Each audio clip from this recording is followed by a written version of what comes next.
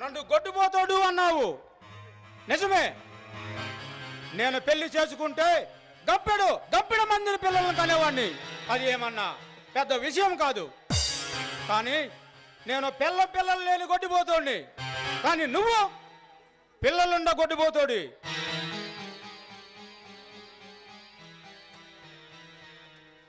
బాబాయ్, ఎందుకు ఆయన గారి మీద ఆవేశపడతావు? ఆయన ఏం తప్పు చేశారని? తప్పు చేసింది నేను. నువ్వేం తప్పు చేశావురా? ఆయన కూతుర్ని ఆయన కాకుండా చేశాను. అది తప్పు కాదా? ఎంతో ప్రేమగా పెంచుకునే ఆయన కూతుర్ని ఆయన కాకుండా చేశాను. చూడండి సీతారాం గారు, మీరు నమ్మినా నమ్మకపోయినా మీకు ఒక విషయం చెప్తాను. పెద్దవాళ్ళు పెళ్లిలో చదివించే నాతిచరామి అనే మంత్రానికి ఎంతమందికి అర్థం తెలుసో, దాని అర్థం తెలిసి ఎంతమంది పాటిస్తారో లేదో తెలియదు. కానీ నేను మీ అమ్మాయిని పెళ్లి చేసుకున్న దగ్గర నుంచి అన్నీ ఇచ్చాను. నేను గుండెల్లో పెట్టి చూసుకున్నాను. ఆ ఒక్క విషయం నమ్మండి సార్. ఒక్కసారి నాకెళ్ళి చూడు నాన్న. నాన్న నాన్న నన్ను క్షమించానని చెప్పు నాన్న. ఇలా చూడు నాన్న. నాన్న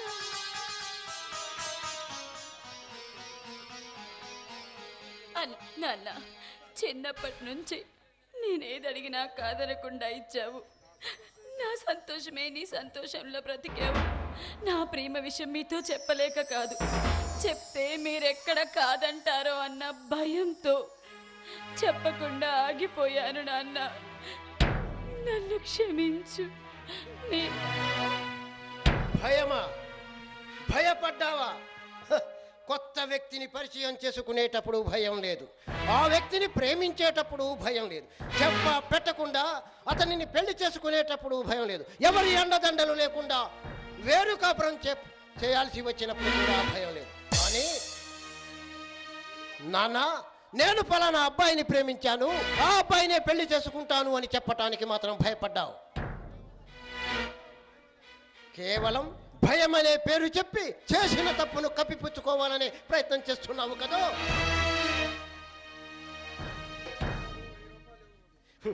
చెప్పులు కొనుక్కోవాలి 1000 రూపాయలు ఇవ్వమని అడిగావు, డ్రెస్ కొనుక్కోవాలి 4000 రూపాయలు ఇవ్వమని అడిగావు, కాలేజీకి వెళ్ళటానికి దూరంగా ఇబ్బందిగా ఉంది స్కూటీ కొని ఇవ్వమని అడిగావు. అంతేకాదు మీ అమ్మ కొట్టింది తిట్టింది అని మీ అమ్మ మీద కంప్లైంట్ చేశావు. ఇన్ని చేసిన దానివి నీ ప్రేమ విషయం ఎందుకు చెప్పలేకపోయావు? ఇతన్నే పెళ్లి చేసుకుంటానని ఎందుకు అడగలేకపోయావు? ఆడపిల్లవని నెత్తిలో పెట్టుకొని చూసుకున్నందుకు, చదువు సంఖ్యలు చెప్పించినందుకు, ప్రేమ పేరుతో ఆకర్షించిన ఒక అపరిచిత వ్యక్తికి ఇచ్చిన విలువ నువ్వు నీ కన్న తండ్రికి ఇవ్వలేకపోయావు కదే, ఇవ్వలేకపోయావు.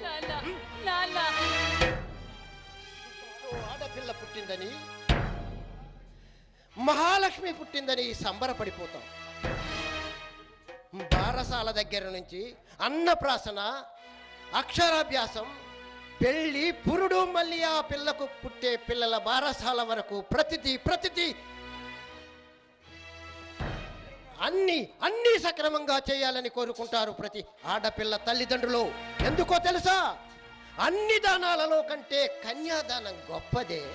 అది చేసే అదృష్టం ఒక్క ఆడపిల్లను కన్న తల్లిదండ్రులకు మాత్రమే ఉంటుంది. అందుకే ఆడపిల్లకు పెళ్లి చేసేటప్పుడు మంచి సంబంధం చూసి 10 మందిని సంప్రదించి మంచి నిర్ణయం తీసుకొని అత్తారింట్లో తన కూతురు నిండు 100 ఏళ్ళు సుఖంగా సంతోషంగా బ్రతకాలని, ఆమె భవిష్యత్తు బంగారుమయంగా ఉండాలని తల్లిదండ్రులు కోరుకుంటారు. కానీ నువ్వు నీ అవకాశం నువ్వు చూసుకొని వెళ్ళిపోయావు. నిన్నే కలవరిస్తూ మీ అమ్మ కన్ను మూసింది. నన్ను ఒంటరి వాణ్ణి చేసి వెళ్ళిపోయి అసలు నిన్ను ఎందుకు క్షమించాలి? మా నమ్మకం మీద దెబ్బ కొట్టినందుక, మా పెంపకం మీద మాకే అపనమ్మకం కలిగించినందుక, లేక నలుగురిలో తలెత్తుకోకుండా చేసినందుక? ఎందుకు నిన్ను క్షమించాలి? ఆల్ రైట్, నువ్వు వెళ్ళిపోయి ఇప్పటికే 5 సంవత్సరాల కాలమైంది. ఈ 5 సంవత్సరాల కాలంలో ఒక ఉత్తరం ముక్క రాశావా, ఒక ఫోన్ కాల్ చేసావా, లేక ఒక మెసేజ్ పెట్టావా? ఇప్పుడు నేను కనపడ్డాను కాబట్టి క్షమించమని అడుగుతున్నావు. అయినా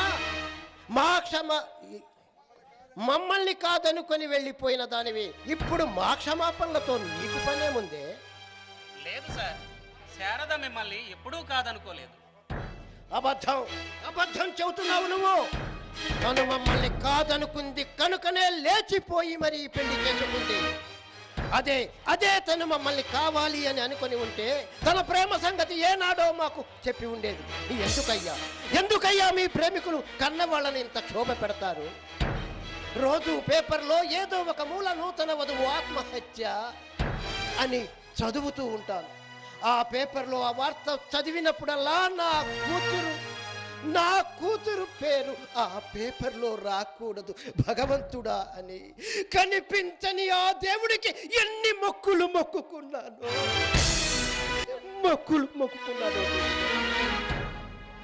తెలిసిన వాళ్ళందరూ ఏమయ్యా సీతారాం నీ కూతురు లేచిపోయిందంటగా అని అంటూ ఉంటే వాళ్లకు సమాధానం చెప్పలేక నేను పడ్డ నరకయాతన ఏంటో నీకు తెలుసా?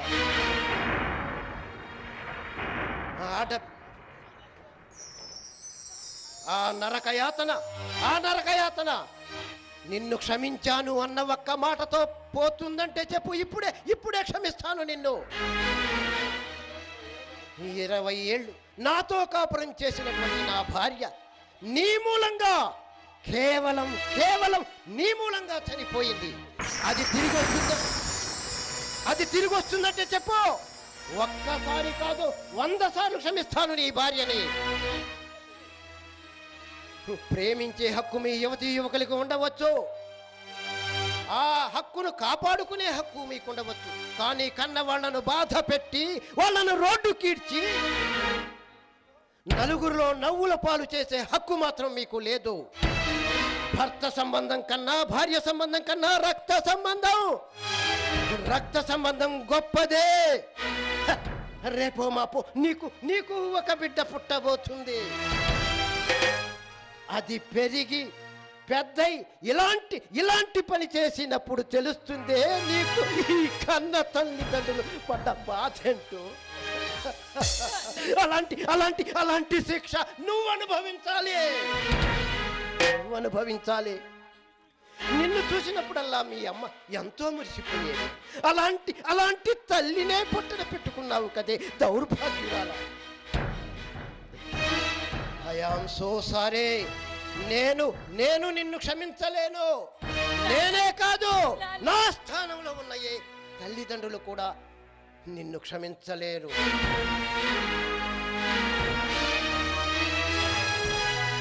కరెక్ట్ సార్, చాలా కరెక్ట్గా చెప్పారు. మీ నుంచి విడిపోయి మేము హాయిగా బతకాలనుకున్నాం, కానీ కేవలం మా కారణంగా మీ కుటుంబం చెదిరిపోతుందని ఊహించలేకపోయాం. తప్పు చేసిన ప్రతివాడికి శిక్ష పడాలి. శిక్ష పడితేనే ఆ తప్పు విలువ తెలుస్తుంది. మేమిద్దరం తప్పు చేశాం, మాకు శిక్ష పడాలి.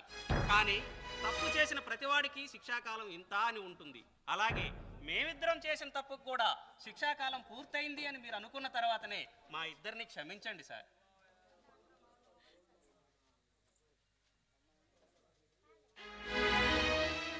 మీకు చేతులెత్తి నమస్కరిస్తున్నాను.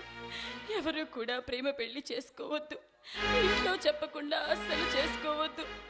ఎలాగైనా సరే మీ ఇంట్లో ఒప్పించే చేసుకోండి. లేదంటే మాలాగా ఇలా ఉండిపోవాల్సి వస్తుంది. ఇప్పుడే అమ్మా నాన్నకి చెప్పకుండా పెళ్లి చేసుకోవాలనే ఉద్దేశానికి స్టాప్ పెట్టండి. ఈ రోజు నుంచే శ్రీకారం చుట్టండి. కాదు ఈ నిమిషం నుంచే శ్రీకారం చుట్టండి. మీకు చూడండి నమస్కరిస్తున్నాము.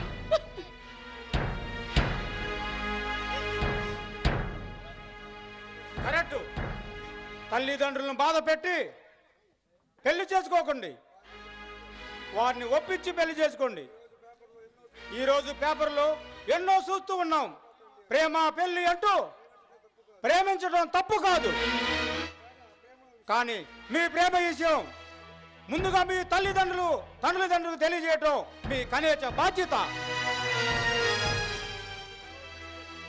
మీకు కావలసిన అన్ని వస్తువులు మీ తల్లిదండ్రుల చేత సాధించుకున్న మీరు మీ ప్రేమ విషయంలో ఎందుకు తొందరపడుతున్నారు?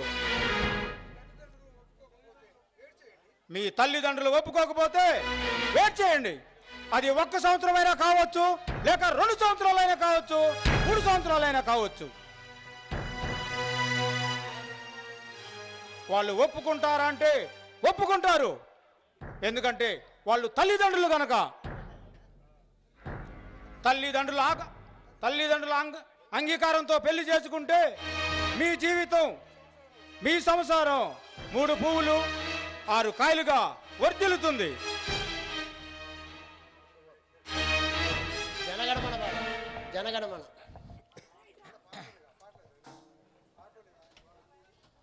जनगणमन अधिनायक जय हे भारत भाग्य विधाता अय्या पचिल गुजरात उच्छल यही बाचल यमुना गंगा उच्छल जल हे तव शुभ नामे जागे तव शुभ सुसमागे तागे नव जय गाधा जनगण मंगलदायक जय हे भारत भाग्य विधाता जय हे जय हे जय हे जय जय जय जय हे